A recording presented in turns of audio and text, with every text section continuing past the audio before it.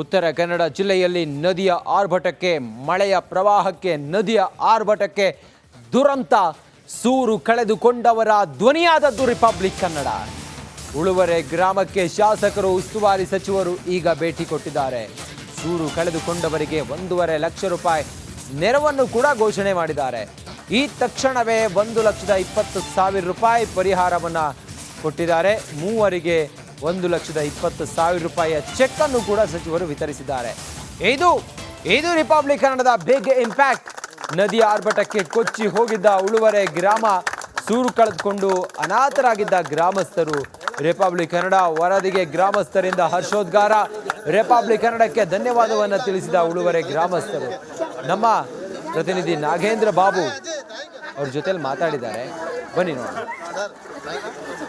Republic Kannada ನಿರಂತರವಾಗಿ ಜನಸಾಮಾನ್ಯರ ಧ್ವನಿಯಾಗುವಂತ ಕೆಲಸವನ್ನ ಮಾಡ್ತಾ ಬರ್ತಾ ಇದೆ. ಇವತ್ತು ಕೂಡ ರಿಪಬ್ಲಿಕ್ ಕನ್ನಡದ ಕೈಯಲ್ಲಿ ಆಗುವಂತ ಸಹಾಯವನ್ನ ಈ ಗ್ರಾಮಸ್ಥರಿಗೆ ಮಾಡುವಂತ ಕೆಲಸವನ್ನ ಮಾಡಿತ್ತು. ನಾವು ಮಾಡಿದಂಥ ಒಂದು ಸುದ್ದಿಯಿಂದಾಗಿ ಸಚಿವರ ಹಾದಿಯಾಗಿ ಶಾಸಕರು, ಜಿಲ್ಲಾಧಿಕಾರಿಗಳು, ಜಿಲ್ಲಾ ವರಿಷ್ಠಾಧಿಕಾರಿಗಳು ಎಲ್ಲರೂ ಕೂಡ ಆಗಮಿಸಿ ಇಲ್ಲಿನ ಜನರ ಸಮಸ್ಯೆಯನ್ನ ಆಲಿಸುವಂತ ಕೆಲಸವನ್ನ ಮಾಡಿದ್ರು. ಅಷ್ಟೇ ಅಲ್ಲದೆ ಆದಷ್ಟು ಬೇಗ ಅವರ ಸಮಸ್ಯೆಗಳನ್ನ ಬಗೆಹರಿಸೋದಾಗಿ ಕೂಡ ಒಂದು ಭರವಸೆಯನ್ನ ಕೊಟ್ಟಿದ್ದಾರೆ. ಏನ್ ಹೇಳ್ತೀರಿ? ರಿಪಬ್ಲಿಕ್ ಕನ್ನಡ ಬಂದು ನಿಮ್ಮ ಒಂದು ಧ್ವನಿಯನ್ನ ಸರ್ಕಾರಕ್ಕೆ ಮುಟ್ಟಿಸುವಂತ ಕೆಲಸವನ್ನ ಮಾಡಿದ್ವಿ. ಇಲ್ಲ, ಹೌದು, ನಮ್ಮಳನ್ನ ನಾವು ಅವಾಗ ರಿಪಬ್ಲಿಕ್ ಕನ್ನಡಕ್ಕೆ ತೋಡ್ಕೊಂಡಾಗ 2 ಗಂಟೆಗೆ ಸುದ್ದಿ ಮೂಡಿಸಿದ್ದು, 6 ಗಂಟೆಗೆ ಎಲ್ಲ ಸಚಿವರು, ಮಿನಿಸ್ಟರ್ ಎಲ್ಲ ಬಂದು ಇಲ್ಲಿ ನೋಡೋಗಿದ್ದಾರೆ. ನಾವು ಇದರಿಂದ ರಿಪಬ್ಲಿಕ್ ಕನ್ನಡಕ್ಕೆ ಯಾವಾಗಲೂ ಚಿರಋಣಿಯಾಗಿರ್ತೀವಿ ಅಂತ ನಾವು ಹೇಳಲಿಕ್ಕೆ ಇಷ್ಟಪಡ್ತೀವಿ. ಏನ್ ಹೇಳ್ತೀರಿ? ಈ ಸುದ್ದಿಯನ್ನು ಎಲ್ಲ ಒಂದು ಅಧಿಕಾರಿಗಳಿಗೆ ಮುಟ್ಟಿಸಿದ್ದಕ್ಕಾಗಿ ನಮ್ಮ ಈ ಒಂದು ಉಳುವರಿ ಊರಿನ ಗ್ರಾಮಸ್ಥರ ಪರವಾಗಿ ರಿಪಬ್ಲಿಕ್ ಕನ್ನಡ ಟಿವಿಗೆ ಧನ್ಯವಾದ ಹೇಳಿ ಇಷ್ಟಪಡ್ತೇವೆ. ಏನ್ ಹೇಳ್ತೀರಿ ಸರ್? ನೀವು ಬಂದು ನಮ್ಮ ಬಾರಿ ಒಂದು ಹೆಲ್ಪ್ ಆಯ್ತು. ನಿಮ್ಮಿಂದ ಮುಂದೆ ಹೆಲ್ಪ್ ಆಯ್ತು ಹೇಳ್ಕೊಂಡು ನಾವು ಒಂದು ತಿಳ್ಕೊಂತೀವಿ. ಅಕ್ಕ ಇಲ್ಲಿ, ಓ ಅಕ್ಕ ಇಲ್ಲಿ ಎಲ್ಲೋದ್ರು ಅವರು?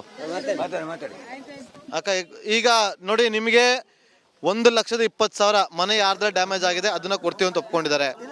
ನಾಳೆನೆ ಬಂದು ಇಲ್ಲಿ ತಹಶೀಲ್ದಾರ್ಗೆ ಸೂಚನೆ ಕೊಟ್ಟಿದ್ದಾರೆ, ಜಾಗ ಎಲ್ಲಿದೆ ಅದನ್ನ ತೋರಿಸಿ ಅಲ್ಲಿ ಏನ್ ಬೇಕೋ ವ್ಯವಸ್ಥೆ ಮಾಡ್ತೀವಿ ಅಂತ ಹೇಳಿದ್ದಾರೆ. ಮನೆ ಇಲ್ಲ, ಗಂಜಿ ಕೇಂದ್ರ ಉಳ್ಕೊಳಕ್ ಆಗಲ್ಲ ಅಂದಿದ್ದಕ್ಕೆ ನೀವೇ ಬಾಡಿಗೆ ಮನೆ ಹುಡುಕಿ ಅದರ ಬಾಡಿಗೆ ದುಡ್ಡನ್ನು ಕೂಡ ಕೊಡ್ತೀವಿ ಅಂತ ಹೇಳಿದ್ದಾರೆ. ರಿಪಬ್ಲಿಕ್ ಕನ್ನಡ ಮಾಡಿದಂಥ ವರದಿಗೆ ಏನ್ ಹೇಳ್ತೀರಿ? ಇದಕ್ಕೆ ಹೇಳೋದಕ್ಕೆ ತುಂಬ ಟ್ಯಾಂಕ್ಸ್. ನಮಗೆ ಈಗ ಒಳ್ಳೇದು ಒಂದು ಮಾಡ್ತಂದ್ರಲ್ಲ ಅವರು, ಇದಕ್ಕೆ ತುಂಬ ಒಳ್ಳೇದು ಮಾಡ್ರೆ ಸಾಕು, ಮಾಡಿಕೊಟ್ರೆ ಸಾಕು. ತುಂಬ ಟ್ಯಾಂಕ್ಸ್ ಅದು. ನಿಮ್ಗೂ ಒಂದು ಧನ್ಯವಾದಗಳು, ನಮ್ಗೆ ಒಳ್ಳೇದು ಮಾಡೋದಕ್ಕಾಗಿ ನಿಮ್ಗೆ ಧನ್ಯವಾದಗಳು. ರಿಪಬ್ಲಿಕ್ ಕನ್ನಡ ವರದಿ ಬಂದಕ್ಕಾಗಿ ನಮ್ಗೆ ಧನ್ಯವಾದಗಳು. ಹೇಳಿ ಸರ್. ಸರ್, ನಾವು ಅವಾಗ ನಿಮ್ಮಲ್ಲಿ ಒಂದು ಮನವಿ ಕೇಳ್ಕೊಂಡಾಗ ಇವಾಗ ಎಲ್ಲ ಮಂತ್ರಿಗಳು, MLA ಗಳೆಲ್ಲ ಬಂದು ಇವಾಗ ನಮ್ಮ ಅಹವಾಲು, ನಮ್ಮ ಕಷ್ಟಗಳನ್ನು ಎಲ್ಲ ವಿಚಾರಿಸ್ಕೊಂಡು ನಾವು ನಿಮಗೆ ಆದಷ್ಟು ಪರಿಹಾರವನ್ನು ನೀಡ್ತೇವೆ ಅಂತ ಭರವಸೆಯನ್ನು ನೀಡಿದ್ರು. ನಿಮ್ಮ ಈ ಸಹಕಾರ ನಮಗೆ ತುಂಬ ಧನ್ಯವಾದ. ಇನ್ನು ಮುಂದೆ ಕೂಡ ಇದೇ ಥರ ನಾವು ನಿಮ್ಗೆ ಏನಾದರೂ ತಿಳಿಸಿದವಾಗ ನೀವು ತಕ್ಷಣ ಬಂದು. ಇಲ್ಲಿನ ಸ್ಥಳೀಯ ಶಾಸಕರಾಗಿರುವಂತಹ ಸತೀಶ್ ಶೈಲ್ ಅವರು ತಕ್ಷಣಕ್ಕೆ ಇಲ್ಲಿಗೆ ಬಂದು ಇಲ್ಲಿನ ಜನರಿಗೆ ಸ್ಪಂದಿಸುವಂತ ಕೆಲಸವನ್ನ ಮಾಡ್ತಾ ಇದ್ದಾರೆ. ಅದನ್ನ ನಾವು ಖುದ್ದು ಕಣ್ಣಾರೆ ಕೂಡ ಗಮನಿಸಿದ್ವಿ. ಈಗ ಉಳುವರೆ ಗ್ರಾಮದಲ್ಲಿ ಆಗಿರುವಂತಹ ಸಮಸ್ಯೆಗಳಿಗೆ ಸ್ಪಂದಿಸುವಂತ ಕೆಲಸವನ್ನ ಶಾಸಕರು ಮಾಡಿದ್ದಾರೆ. ಜಿಲ್ಲಾ ಉಸ್ತುವಾರಿ ಸಚಿವರನ್ನು ಕೂಡ ಜೊತೆಲಿ ಕರ್ಕೊಂಡ್ಬಂದಿದ್ರು. ಈಗ ಅವ್ರನ್ನ ಮಾತಾಡ್ತಾ ಹೋಗ್ತೀನಿ. ಸರ್, ಈಗ ಅವ್ರಿಗೆ ಯಾವ ರೀತಿಯಾಗಿ ಈಗ ಸೂರಿನ ವ್ಯವಸ್ಥೆಯನ್ನು ಕಲ್ಪಿಸೋದಕ್ಕೆ ಮುಂದಾಗ್ತೀರಿ? ಈಗ ಹಾಸ್ಪಿಟಲ್ನಲ್ಲಿ ಈಗಾಗಲೇ ಸಚಿವರು ಹೇಳಿದ್ದಾರೆ, ಹಾಸ್ಪಿಟಲ್ನಲ್ಲಿ ಅವ್ರಿಗೆ ಬಟ್ಟೆ ಹಿಡಿದು ಊಟದ ವ್ಯವಸ್ಥೆ ಎಲ್ಲದನ್ನು ಅದು ಕ್ಲಿಯರಾಗಿ ಮಾಡ್ತೇವೆ. ಅಲ್ಲಿ ಒಂದೇ ಒಂದು ಸಣ್ಣ ಪ್ರಾಬ್ಲಮ್ ಏನಾಗಿದೆ ಅಂತ, ಈಗ ನಮಗೆ ಡೆಡ್ ಬಾಡಿ ಒಂದು ಸಿಗಲಿಲ್ಲ. ನಾನು ಈಗ ಸಚಿವರ ಹತ್ರ ಮತ್ತು DC ಅವ್ರ ಹತ್ರ ಮತ್ತು SP ಹತ್ರ ಹೇಳ್ಕೊಂಡು ನಾಳೆ ಕೋಸ್ಟ್ ಗಾರ್ಡ್ ಹತ್ರ ಅವರು ಹೆಲಿಕಾಪ್ಟರ್ ಕೊಟ್ಟು ತಗೊಂಡು ಇಲ್ಲಿ ನಾವು ಆದಷ್ಟು ಅದನ್ನು ಕಾರ್ಯಾಚರಣೆ ಮಾಡಬೇಕಂತ ಹೇಳ್ಕೊಂಡು. ಯಾಕಂತ ಹೇಳಿದ್ರೆ ಇಲ್ಲಿ ಜನರು ಏನು, ನಮ್ಮ ಸಿಸ್ಟಮ್ ಏನಂತ ಹೇಳಿದ್ರೆ ಬಾಡಿ ಬರೋ ತನಕ ಪಾಪ ಅವ್ರ ಮನೇಲಿ ಊಟ ಮಾಡೋದಿಲ್ಲ. ಇದು ನಮ್ಮ ಮೊದಲಿನ ಸಂಪ್ರದಾಯ. ಆ ಥರದಲ್ಲಿ ಅವರು ಒಂದು ಕಷ್ಟದಲ್ಲಿ ಇದ್ದಾರೆ. ಮತ್ತೆ ಸಣ್ಣ ಮಗುವುದೊಂದು ಬಾಡಿ ಸಿಗಲಿಲ್ಲ ಇನ್ನೂ ತನಕ. ಆದ್ದರಿಂದ ಈಗಾಗಲೇ ನಾವು ಆ ಮಣ್ಣನ್ನು ತೆಗಿಲಿಕ್ಕೂ ಸಹ ಬೆಂಗಳೂರಿಂದ ಮತ್ತು ಇವರು ಸ್ಪೆಷಲಿಸ್ಟ್ ಬಂದಿರ್ಬೋದು ಅಂತ ಕಾಣ್ತದೆ. ಅಲ್ಲಿ ಜಾಗದಲ್ಲಿ ಇದ್ದಾರೆ. ಈಗ ಅಲ್ಲಿ ಹೋಗ್ತೇವೆ ಮತ್ತು ಅಲ್ಲಿಂದ ತಕ್ಷಣ ಸಚಿವರಿಗೂ ಇವತ್ತೇ ಹೋಗ್ಬಿಡ್ತಾರೆ. ನಾನು ನಾಳೆ ಹೋದೆ. ಆದರೆ ಇವತ್ತು ಒಂದು ಏನು, ಕೋಸ್ಟ್ ಗಾರ್ಡ್ ಹತ್ರ ನಮ್ಮ ಸೀಬಾರ್ಡಿಂದ ಒಂದು ಹೆಲಿಕಾಪ್ಟರ್ನ ತರಿಸಿ ನಾಳೆ ಅದನ್ನು ನಾವು ಕಾರ್ಯಾಚರಣೆ ಮಾಡಲಿಕ್ಕೆ ಸ್ಟಾರ್ಟ್ ಮಾಡ್ತೇವೆ. ಡೆಡ್ ಬಾಡಿಯನ್ನು ಆದಷ್ಟು ಬೇಗ ದೇವರ ದಯೆಯಿಂದ ಈ ಒಂದು ವರುಣನ ಕೃಪಾ ಇದರೊಳಗೆ ಏನಾದರೂ ಆದಷ್ಟು ಬೇಗ ಶಿವವಾಗಿ ನಾವು ಪ್ರಯತ್ನವನ್ನು ಮಾಡ್ತೇವೆ. ಈಗಾಗಲೇ ನಾವು ಇನ್ಫಾರ್ಮೇಷನ್. ಮರಣ ಮಳೆಗೆ ಕರುನಾಡು ನಲುಗಿ ಹೋಗಿದೆ. ಗುಡ್ಡ ಕುಸಿತಕ್ಕೆ ಕರಾವಳಿ ಬೆಚ್ಚಿ ಬಿದ್ದಿದೆ. ಮಣ್ಣಿನ ಅಡಿ ಸಿಲುಕಿದವರ ರಕ್ಷಣೆಗೆ ದೊಡ್ಡ ಸವಾಲಾಗಿದೆ. ರಕ್ಷಣೆ ಮಾಡುವುದೇ ದೊಡ್ಡ ಸವಾಲಾಗಿದೆ.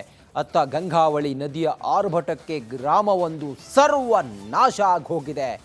ಈ ಕುರಿತು ಒಂದು ವರದಿ ಇದೆ, ನೋಡೋಣ ಬನ್ನಿ.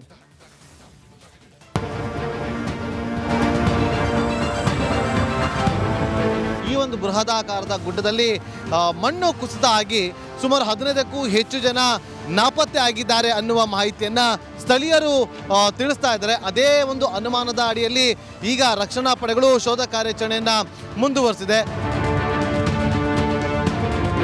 ಮೃದಂಗ, ಮರಣ ಮೃದಂಗ. ಕರಾವಳಿಯಲ್ಲಿ ಮಹಾಮಳೆ ಮರಣ ಮೃದಂಗ ಬಾರಿಸಿದೆ.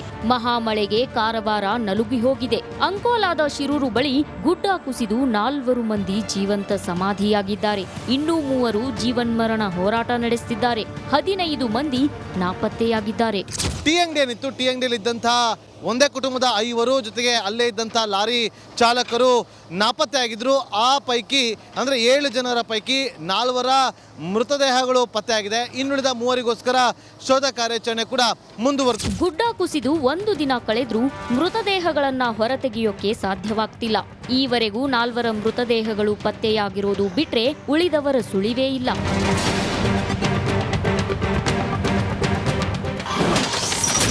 ಗುಡ್ಡ ಕುಸಿತದಿಂದ ಮತ್ತೊಂದು ದುರಂತ. ಶಿರೂರು ಬಳಿ ಕುಸಿದ ಗುಡ್ಡದಿಂದ ಮತ್ತೊಂದು ದುರಂತ ಸಂಭವಿಸಿದೆ. ಗುಡ್ಡ ಕುಸಿಯುತ್ತಿದ್ದಂತೆ ದೈತ್ಯಾಕಾರದ ಬಂಡೆಕಲ್ಲುಗಳು ನದಿಗೆ ಅಪ್ಪಳಿಸಿವೆ. ಒಂದು ಬದಿಯಲ್ಲಿ ಬಂಡೆಗಲ್ಲು ನದಿಗೆ ಬೀಳುತ್ತಿದ್ದಂತೆ ಅದರ ವಿರುದ್ಧದ ಬದಿಯಲ್ಲಿ ನದಿ ನೀರು ದಡಕ್ಕೆ ಚಿಮ್ಮಿದೆ. ದಡದಲ್ಲಿದ್ದ 2 ಮನೆಗಳು ನೀರಲ್ಲಿ ಕೊಚ್ಚಿ ಹೋಗಿವೆ. ವೃದ್ಧೆ ಸಣ್ಣವ್ವ ನಾಪತ್ತೆಯಾಗಿದ್ದಾರೆ. ಯಾವಾಗ ಗುಡ್ಡ ಕುಸಿದು ಬೀಳುತ್ತೋ ಆ ಗುಡ್ಡ ಕುಸಿದು ಬೀಳ್ತಾ ಇದ್ದಂತೆ ತಕ್ಷಣಕ್ಕೆ ಆ ಟೀ ಅಂಗಡಿಯಲ್ಲಿ ಇದ್ದವರೆಲ್ಲರೂ ಕೂಡ ಈ ಒಂದು ಮಣ್ಣಿನ ಅವಶೇಷಗಳ ಅಡಿಯಲ್ಲಿ ಸಿಲುಕೊಳ್ತಾರೆ. ಅಷ್ಟೇ ಅಲ್ಲದೆ ಅಲ್ಲಿ 2 ಗ್ಯಾಸ್ ಟ್ಯಾಂಕರ್ಗಳು ಕೂಡ ನಿಂತಿತ್ತು. ಆ 2 ಗ್ಯಾಸ್ ಟ್ಯಾಂಕರ್ಗಳು ಕೂಡ ಗುಡ್ಡದ ಸಮೇತವಾಗಿ ನದಿಗೆ ಬಂದು ಬೀಳುತ್ತೆ. ಆ 2 ಟ್ಯಾಂಕರ್ಗಳು ಕೂಡ ಈಗ ಕೊಚ್ಚಿಕೊಂಡು ಹೋಗಿದೆ. ಗಂಗಾವಳಿ ನದಿ ಆರ್ಭಟಕ್ಕೆ ಬದುಕು ಸರ್ವನಾಶ.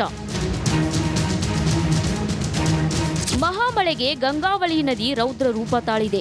ನದಿ ನೀರಿನ ಹೊಡೆತಕ್ಕೆ ಶಿರೂರು ಬಳಿಯ ಉಳುವರೆ ಗ್ರಾಮ ಸರ್ವನಾಶವಾಗಿದೆ. ಇಡೀ ಗ್ರಾಮವೇ ನದಿ ನೀರಲ್ಲಿ ಕೊಚ್ಚಿ ಹೋಗಿದೆ.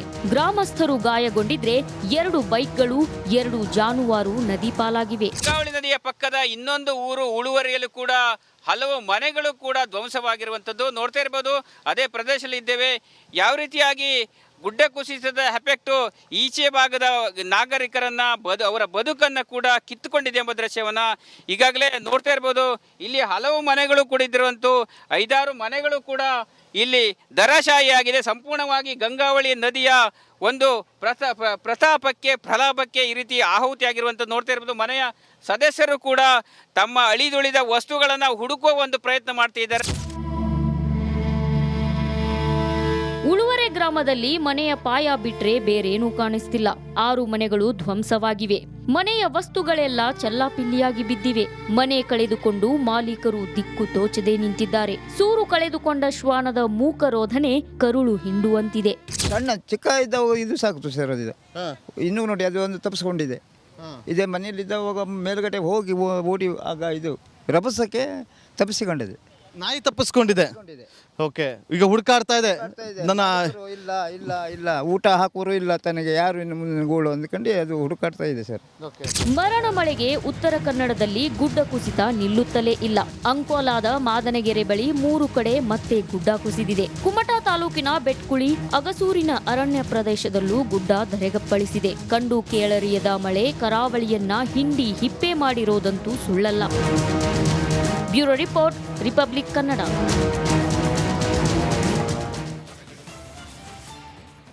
ರಣಭೀಕರ ಮಳೆಗೆ ಉತ್ತರ ಕನ್ನಡ ಅಕ್ಷರಶಃ ಕಂಪಿಸಿದೆ. ಹಲವೆಡೆ ಗುಡ್ಡ ಕುಸಿತ ಆಗಿದೆ.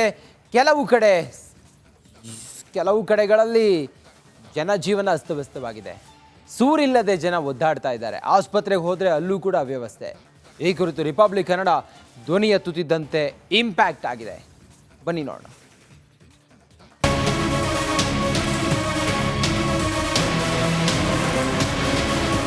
ಉತ್ತರ ಕನ್ನಡದ ಜನತೆಗೆ ನರಕ ದರ್ಶನ ಆಗಿದೆ. ವರ್ಣನ ಅಬ್ಬರದಿಂದ ನಲಗಿರುವ ಜನ ಕಂಗಾಲಾಗಿದ್ದಾರೆ. ಕುಸಿದದ್ದು ಬರೀ ಮಣ್ಣಲ್ಲ, ಬದುಕೆ ಸಮಾಧಿಯಾಗಿದೆ. ಉಳುವರೆ ಗ್ರಾಮಸ್ಥರ ಬದುಕು ಅಯೋಮಯವಾಗಿದೆ.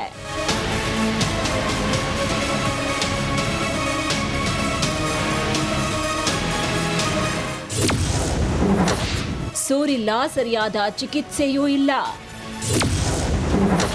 ಜಿಲ್ಲಾಧಿಕಾರಿ ಕಚೇರಿಗೆ ಕರೆ ಮಾಡಿದ ರಿಪಬ್ಲಿಕ್. ಜಿಲ್ಲಾಧಿಕಾರಿಗೆ ಕರೆ, ಆಸ್ಪತ್ರೆಗೆ ವೈದ್ಯರು ದೌಡು.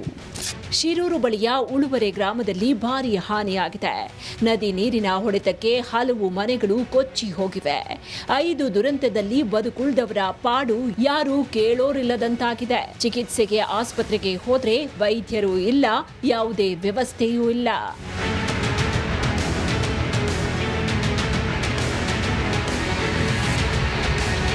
ಕುಮಟಾ ತಾಲೂಕು ಆಸ್ಪತ್ರೆಯಲ್ಲಿ ಉಳುವರೆ ಗ್ರಾಮದ 14 ಮಂದಿ ಚಿಕಿತ್ಸೆಗಾಗಿ ದಾಖಲಾಗಿದ್ದಾರೆ. ಆದರೆ ಸರಿಯಾದ ವ್ಯವಸ್ಥೆ ಇಲ್ಲ. ಊಟ, ಮೂಲ ಸೌಕರ್ಯವಂತೂ ಇಲ್ವೇ ಇಲ್ಲ. ಇವರನ್ನ ಕೇಳಿದೆ, ಯಾರು ಬಂದಿದ್ದಾರಾ, ತಾಲೂಕು ಆಡಳಿತ, ಜಿಲ್ಲಾಡಳಿತ ಯಾರಾದ್ರು ಬಂದಿದ್ದಾರಾ, ಇವರಿಗೆ ನಾನು ನೇರವಾಗಿ ಅಲ್ಲಿಯವರಿಗೆ ಸಂಬಂಧಪಟ್ಟ ಎಲ್ಲರಿಗೂ ಕಾಲ್ ಮಾಡಿದರೆ ನಮಗೆ ಬರ್ಲಿಕ್ಕೆ ರಸ್ತೆ ದಾಟ್ಕೊಂಡು ಬರ್ಲಿಕ್ಕೆ ಆಗ್ತಾ ಇಲ್ಲ ಅನ್ನೋ ಒಂದು ಮಾತು. ನಿಮ್ಗೆ ಆ ಕಡೆಯಿಂದ ಬರ್ಲಿಕ್ಕೆ ಆಗಲಿಲ್ಲ ಅಂದರೆ ಇದು ಕುಮಟಾ ಊರಿರೋದು ಪಾಕಿಸ್ತಾನದಲ್ಲ, ಖಾಲಿ ಕುಮಟಾ ಟು ಕಾರವಾರ 70 ಕಿಲೋಮೀಟ್ರು. ಅಲ್ಲಿಂದ ನೀವು ಇಲ್ಲಿ ಇಂಟಿಮೇಷನ್ ಕೊಟ್ಟರೆ ಇಲ್ಲಿ ತಾಲೂಕು ಆಡಳಿತ ಇವರಿಗೆ ವ್ಯವಸ್ಥೆ ಮಾಡ್ಬೋದಾಗಿತ್ತಲ್ಲ. ಏನಿಲ್ಲ, ಪೇಷಂಟ್ ಒಂದು 14 ಜನ, ಸಂಬಂಧಪಟ್ಟ ಸೂರು ಕಳ್ಕೊಂಡವ್ರು ಅವ್ರ ಜೊತೆಗಿದ್ದವರು ಒಂದು 25 ಜನ ಇದ್ದಾರೆ.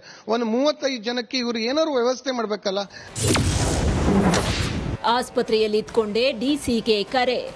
ಜಿಲ್ಲಾಧಿಕಾರಿ ಕಚೇರಿಗೆ ಕರೆ ಮಾಡಿದ ರಿಪಬ್ಲಿಕ್ ಕನ್ನಡ ಅಲ್ಲಿನ ಅವ್ಯವಸ್ಥೆ ಬಗ್ಗೆ ವಿವರಿಸಿತ್ತು.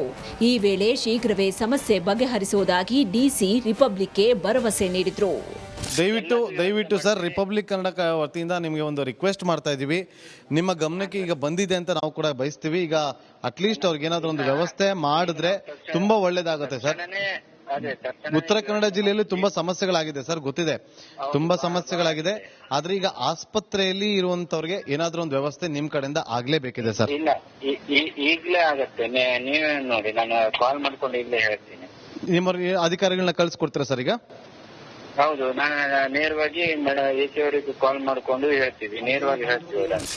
ರಿಪಬ್ಲಿಕ್ ಕನ್ನಡಕ್ಕೆ ಹೀಗೆ ಭರವಸೆ ನೀಡಿದ ಅರ್ಧ ಗಂಟೆಯಲ್ಲೇ ಆಸ್ಪತ್ರೆಗೆ ವೈದ್ಯರು, ಅಧಿಕಾರಿಗಳು ದೌಡಾಯಿಸಿದ್ರು. ಕೂಡಲೇ ಆಸ್ಪತ್ರೆಗೆ ಭೇಟಿ ನೀಡಿದ ವೈದ್ಯರು ಗಾಯಾಳುಗಳಿಗೆ ಚಿಕಿತ್ಸೆ ನೀಡಿದ್ದಾರೆ.